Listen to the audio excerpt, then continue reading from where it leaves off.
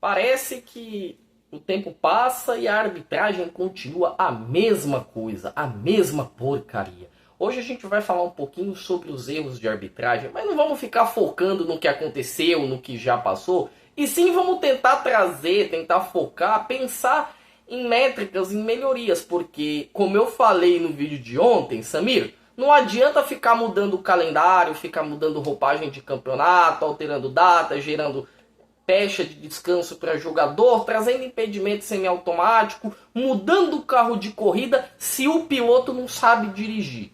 Vamos falar um pouquinho sobre isso hoje, mas antes eu peço que você, por favor, curta o vídeo, compartilhe, comente, pelo amor de Deus, brincadeira, se inscreva no canal, você que não é inscrito, você que já é inscrito, ative o sininho das notificações e deixe o seu comentário aqui para mim, beleza?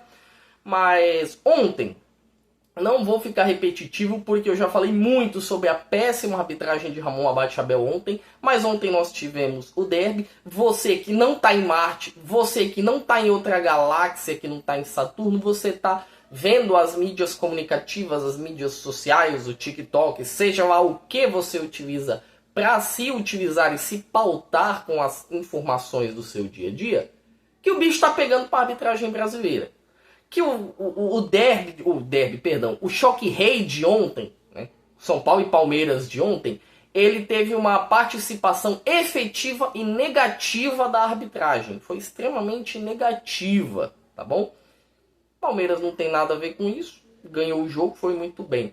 Mas o senhor Ramon Abate Abel, árbitro do quadro FIFA, e Deus me perdoe o que eu vou dizer aqui, um dos melhores árbitros que tem aqui, e sim, tem pouca gente acima do Ramon, tá? Tem pouca gente. Tem o Klaus, talvez o Daronco, tá? Talvez. Mas não dá pra dizer que a Edna tá acima do Ramon Abate, o Rodrigo de Lima. Não dá pra dizer que o Candansan, que apitando também adora chamar os holofotes pra si. Não dá pra gente dizer que esse pessoal tá acima do Ramon Abate. E assim, o Ramon ser um dos melhores árbitros do nosso quadro FIFA e da nossa federação, significa que a nossa arbitragem é uma merda, cara. Literalmente. Com perdão da palavra. Acho que hoje eu vou dar uma de neto aqui. Mas a questão é que não adianta nós termos tudo o que está acontecendo, sendo que nós somos reféns de arbitragem péssimas e paupérrimas. Ontem nós tivemos os erros melancólicos do Ramon Abate Abel. No sábado nós tivemos Grêmio e Red Bull Bragantino. E o que aconteceu em Grêmio e Red Bull Bragantino também foi tão medonho quanto o que aconteceu em São Paulo e Palmeiras. Foi tão medonho quanto. Tá? Eu não entendo o que se passa na CBF. E eu vou tirar um pouquinho do balaio o nome do Samir, porque o Samir ele assumiu a CBF outro dia, tá? Não tem mais que 4 meses que o Samir assumiu e para realizar, efetivar as mudanças que devem ser realizadas, vai demandar um bom tempo. Vai demandar um bom tempo. Fui pego hoje pela manhã por essa notícia aqui, ó. A CBF ela afastou os árbitros de Bragantino e Grêmio e de São Paulo e Palmeiras. Tá? Notícia de hoje pela manhã. O que acontece, meus amores? Depois de tudo que ocorreu, depois de tudo que aconteceu, nós tivemos, né, a cúpula do Lucas Casagrande e do Gilberto Rodrigues, que apitou Grêmio e Red Bull Bragantino, lá em Bragança Paulista, e nós tivemos Ramon Abate Abel e o Wilbert Estevam da Silva, né, que foi o VAR do jogo, afastados. Isso resolve algo? Isso não resolve nada. Isso não resolve nada, porque isso é a continuidade do ciclo da desgraça, do ciclo da merda. Por quê? Porque o árbitro erra, atinge determinado clube, este clube reclama, a CBF atende, afasta o árbitro, que fica um tempinho, volta, continua a errar contra outro clube, que reclama para a CBF, que afasta o árbitro, que fica um tempo fora, que volta e continua o ciclo de cagada. A gente necessita, nós como instituição, eu digo da CBF, digo das agremiações, dos clubes, para melhorar o produto futebol brasileiro. Para melhorar, nós necessitamos encampar uma mudança extremamente intrínseca dentro da arbitragem brasileira. dentro. Não é trazer gente de fora. Não é trazer gente de fora. Para quem não sabe, tem gente de fora no comando de arbitragem de São Paulo, na Comissão Paulista. Tem gente de fora na Comissão de Arbitragem Nacional. Os conselheiros internacionais da nossa Comissão de Arbitragem são de fora. Não resolve nada trazer gente de fora. O que resolve é a CBF, além de interditar, profissionalizar a nossa arbitragem. Sabe por quê? Porque a iniciar que esses árbitros hoje, eles têm que ter a sua função como árbitros, vamos dizer assim, eles precisam ter isso como o seu ganha-pão. A função de árbitro não é ganha-pão para ninguém. Para quem vê jogo, quem não acompanha, quem tem dúvida, não sabe disso, a função de árbitro não é ganha-pão de ninguém, gente. Nunca foi. O Ramon Abate-Abel não é árbitro, o Ramon Abate-Abel é outra coisa. Digamos que o Ramon Abate-Abel ele seja engenheiro, ou ele seja professor. Hoje ele está dando aula, não sei, tá? Hoje ele está dando aula, hoje ele está na obra, hoje talvez ele seja um residente, um enfermeiro, ele está tratando alguém e está pensando, rolou uma cagada ali. Mas o ideal não é isso. O ideal é a CBF, através de métricas, de mudanças, de aplicações, de punições, de uma nova estruturação no quadro de arbitragem. Quando eu digo estruturar, é mudar tudo do zero, modificar isso. Porque hoje o cara tá pensando assim, tudo bem, errei, vou ficar 1 mês fora, 15 dias fora, ok. Daqui 1 mês eu volto. Isso não pode acontecer, gente. Isso não pode ocorrer. Passou da hora de mudar isso. Passou, já chega. O torcedor, o tesão dele, a excitação dele em acompanhar o time dele vai baixando. Porque além do time dele ter que se superar contra desafios maiores e desafios talvez tão iguais, o torcedor tem que torcer demais pro árbitro não fazer nenhuma cagada, pro árbitro não ir contra a regra, pro árbitro não ir... O senhor Ramon Abate-Abel, que tem gozo pela CBF, a CBF tem um gozo enorme pelo Ramon Abate, ele apitou Flamengo e Cruzeiro. Teve um lance exatamente igual, que o Alexandre escorrega e acerta o Caio Jorge, o pessoal do Cruzeiro pediu cartão vermelho, ele falou, eu vou dar amarelo, porque ele escorregou, mas foi falta. O lance é extremamente igual. Talvez numa faixa diferente do campo ele tenha acontecido, mas o lance é igual.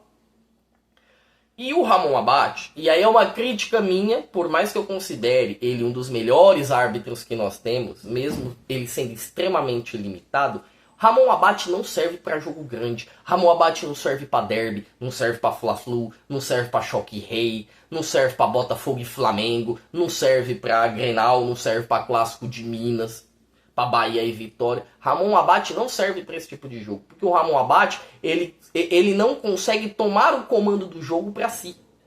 As críticas que vêm de dentro do campo, elas atingem ele. Ele utiliza muito jogadas compensatórias. Putz, se eu errei para um time aqui, eu vou errar ali para compensar. Vou ver o que eu posso fazer para ficar no 0-0. E por mais que reclamem aqui ou reclamem ali, talvez eu não interfira no resultado. O Ramon Abate sempre foi esse tipo. E o Ramon Abate estava apitando o Mundial. Se brincar, o Ramon Abate vai para a Copa. Que saudade! Que saudade do Godoy, cara! Até o Margarida apitava mais do que alguns árbitros de hoje. O grande, né, ícone dos anos 90/2000, o grande Margarida. Eu não sei o que dizer, cara. Eu realmente não sei o que dizer. Eu vou deixar aqui, para vocês entenderem, que além da CBF ter afastado, no começo do ano, ali em meados de fevereiro, a CBF, na figura de Edinaldo, fique em paz, Edinaldo, ela anunciou, tá, um novo comando da arbitragem, uma nova comissão de arbitragem. Essa arbitragem, essa nova comissão, tinha 2 figuras principais, que era o Péricles Bassols e era o Rodrigo Sintra. Eles tiraram o Wilson Luiz Seneme e deixaram esses dois. O Péricles Bassols, como árbitro, era um árbitro nota 5. Passava de ano raspando, mas passava. O Rodrigo Sintra, prefiro não citar aqui a minha opinião. E na visão do Edinaldo, existia uma possível profissionalização da arbitragem em meados de fevereiro desse ano. Eu vou deixar aqui para vocês entenderem, e aí eu vou pedir ajuda aqui para o meu notebook. Quem eram os membros desta comissão? Tá? Então, os membros da comissão que tinha o Rodrigo Martins Sintra como coordenador, quem comandava, aí você tinha Luiz Flávio de Oliveira, cara, ele era membro do colegiado. O Luiz Flávio de Oliveira, pra ser ruim, tem que nascer de novo. Pra ser ruim, ele tem que nascer de novo. Mas, aí a gente tem o Marcelo Vangassi, prefiro não citar muitas coisas a respeito. Nós temos o Fabrício Vilarim, o Luiz Carlos Câmara Bezerra, tá? A Eveline Almeida e o Emerson Filipino Coelho. Esta é a parte do colegiado, são as pessoas que fazem parte da comissão de arbitragem. Então, a nossa arbitragem tá uma merda por causa desse pessoal aí. A nossa arbitragem não funciona por causa desse pessoal aí. Eles determinam o que é interpretativo, o que é aceitável, o que não é aceitável, o que é tendência, o que não é tendência, o que tem que mudar, o que tem que se manter. É desse pessoal que você tem que cobrar, que você tem que reclamar. O que aconteceu ontem não é culpa do Palmeiras ou não é culpa do São Paulo. O que aconteceu ontem foi condicionado pelo senhor Ramon Abate. E tudo que veio depois a mesma coisa. E quem é que colocou o senhor Ramon Abate lá? Ele mesmo. Rodrigo Sintra, entre tantos outros ali. Quem é que faz com que o Ramon Abate fique lá? Rodrigo Sintra. E aí a gente tem o Comitê Consultivo Internacional. Olha os nomes que nós temos. O Nestor Pitana, da Argentina. O Nicola Rizzoli, da Itália. E nós temos Sandro Meirahit. O Sandro Meirahit, eu considerava ele um árbitro nota 6,5, nota 7. O meu sarrafo é muito lá em cima porque a maioria dos árbitros que nós tivemos hoje aqui eram extremamente limitados. Mas para vocês entenderem e para vocês souberem que trazer gente de fora não é sempre o caminho. Porque na nossa comissão, no nosso colegiado internacional, que são as pessoas que trazem as tendências, o que está sendo aplicado na Europa, o que deve mudar, o que a gente pode pensar em trabalhar para melhorar o nosso VAR, são pessoas de fora. É um italiano, um argentino e um brasileiro. Então precisa haver mudança, precisa haver alguém que coloque o dedo na ferida. A CBF tem que se posicionar contra, a CBF tem que mudar isso. Chega disso. Tá na hora de se criar uma profissionalização. É o caminho? Eu nem acho que profissionalizar é o caminho, tá? Porque na minha concepção, além de profissionalizar, a gente tem que interditar. Árbitro tem que trabalhar como a aplicação da arbitragem, a aplicação de apitar, né, o exercício de apitar como a sua função principal. E dentro da sua função principal, se ele erra de forma deliberada, ele tem que ser punido. O curso de reciclagem, né, até me meti numa discussão na última sexta-feira em forma das questões de arbitragem. O curso de arbitragem dura um mês, a reciclagem dura 15 dias. Meu amigo, o que você vai aprender em 15 dias? O que você vai aprender a apitar em um mês? Complicado, extremamente complicado. Mas é uma questão que a gente tem que abordar e colocar o dedo na ferida. Tem que ser mudado, tem que aplicar protocolos e métricas para que esses erros não aconteçam. E quando esses erros acontecerem, o árbitro que já é profissionalizado, que já é profissional, tem que ser afastado. E o afastamento do árbitro tem que beirar de 6 meses a 1 ano, dependendo do dolo ou dependendo do nível de imposição que ele tem para mexer naquele resultado. Tá tendo uma reunião agora, eu fiquei sabendo dessa informação 2 minutos antes de ligar a câmera aqui para vocês, entre o diretor do São Paulo, Rui Costa, e o Samir do lado da CBF, em que os áudios do VAR serão transcorridos nessa reunião, serão passados para o Rui Costa de acordo com o Samir. Isso tem que acabar. Os áudios do VAR, e tá criando uma celeuma em torno disso, parece que se o árbitro não participa da decisão, se o árbitro não vai na cabine do VAR, ele não precisa, a CBF não precisa transpor, trazer os áudios pra gente, sabe? Trazer os áudios pra gente que tá discorrendo, pra gente que tá debatendo, pros meios de comunicação, pra saber o que aconteceu, pra saber qual foi o posicionamento do árbitro, qual foi o posicionamento do VAR.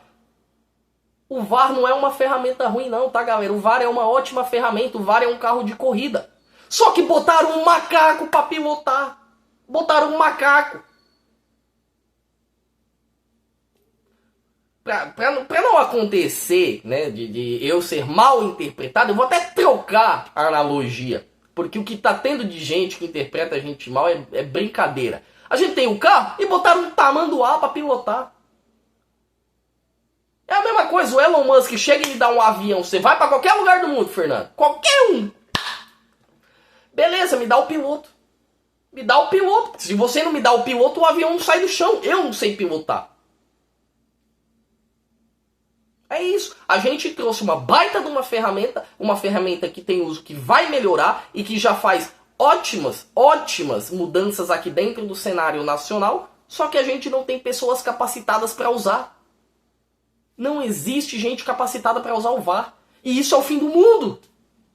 Isso é o fim do mundo.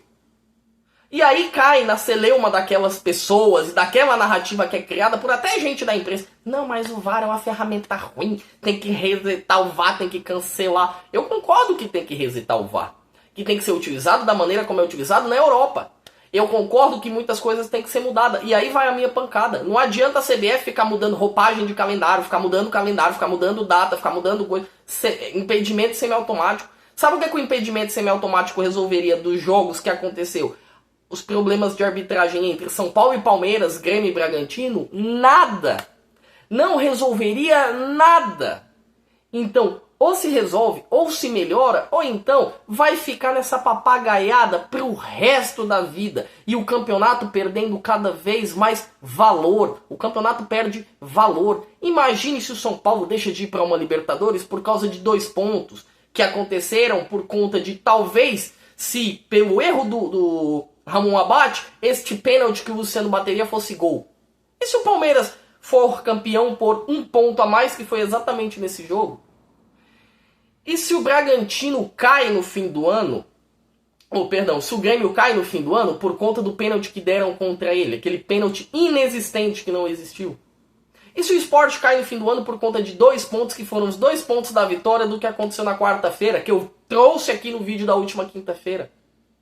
O campeonato perde valor, gente. A marca perde valor. A marca, ela tem valor não é somente no dinheiro, não é somente no poder aquisitivo, mas no poder organizacional, nas finanças, na gestão, no nível de competência em que aquilo é entregue para o público. Você vai dizer que você sente mais tesão em ver a Premier League ou o Campeonato Brasileiro? E por que o sentido da analogia? A gente sabe que a Premier League, por mais que tenha um ou outro problema de arbitragem, a gente tem uma arbitragem qualificada, a gente tem um produto qualificado, a gente tem um nível de entrega qualificada, a gente tem um nível de capacitação maior e principalmente de punição maior de acordo com os erros dessas pessoas. Aí você vem no Brasil, é zona. Acontece o erro. Ai, mimimi, tá chorando. Não é, ninguém tá chorando. A gente tá cobrando que a arbitragem passe por um processo estrutural de mudança. A gente quer isso, a gente quer o futebol brasileiro bem. Já pra mim, já é um grande avanço trazer o VAR, trazer as bets, o nível de aporte do futebol brasileiro. Que calor, tá? Meu Deus do céu, tô derretendo. Voltando. Mas eu quero ver o futebol brasileiro do jeito que está e melhorando cada vez mais. Eu quero ver roupagem nova, eu quero ver impedimento semiautomático, eu quero ver os desafios aqui. Ai, Fernando, você tá deixando o futebol com uma cara mais Nutella, né? Eu quero futebol raiz é roubalheira, é safadeza. É o que aconteceu em 2005 com Edilson Pereira de Carvalho, é o Calcio Itália que aconteceu nos anos 2000, que a Juventus foi rebaixada e o nível do futebol italiano começou a decair com aquilo. Isso pra você é ser raiz? Porque com todo respeito, se isso pra você é ser raiz, você tá dodói da cabeça, amigão. Você tá dodói da cabeça. Ser raiz, ser forte, ser pleno, é ter um nível de futebol qualificado pra todo mundo, que você tenha plena consciência de que aquilo tem qualidade. E isso o nosso campeonato não tem hoje. Deixe os seus comentários aqui. Eu quero saber o que cada um de vocês pensa. Se vocês defendem mudança, o que tem que mudar. Para vocês, o que precisa mudar. Quero saber. Vamos conversar, vamos dialogar. Por hoje, gente, eu me despeço. Mas antes, não se esqueça de curtir, compartilhar e comentar. Você que já é inscrito, leve o canal para os seus amigos, para o pessoal conhecer cada vez mais. Você que não é, se inscreva e me ajude a manter o nível de trabalho e eficiência cada vez maior para vocês. Por hoje, galera, eu me despeço. Tchau!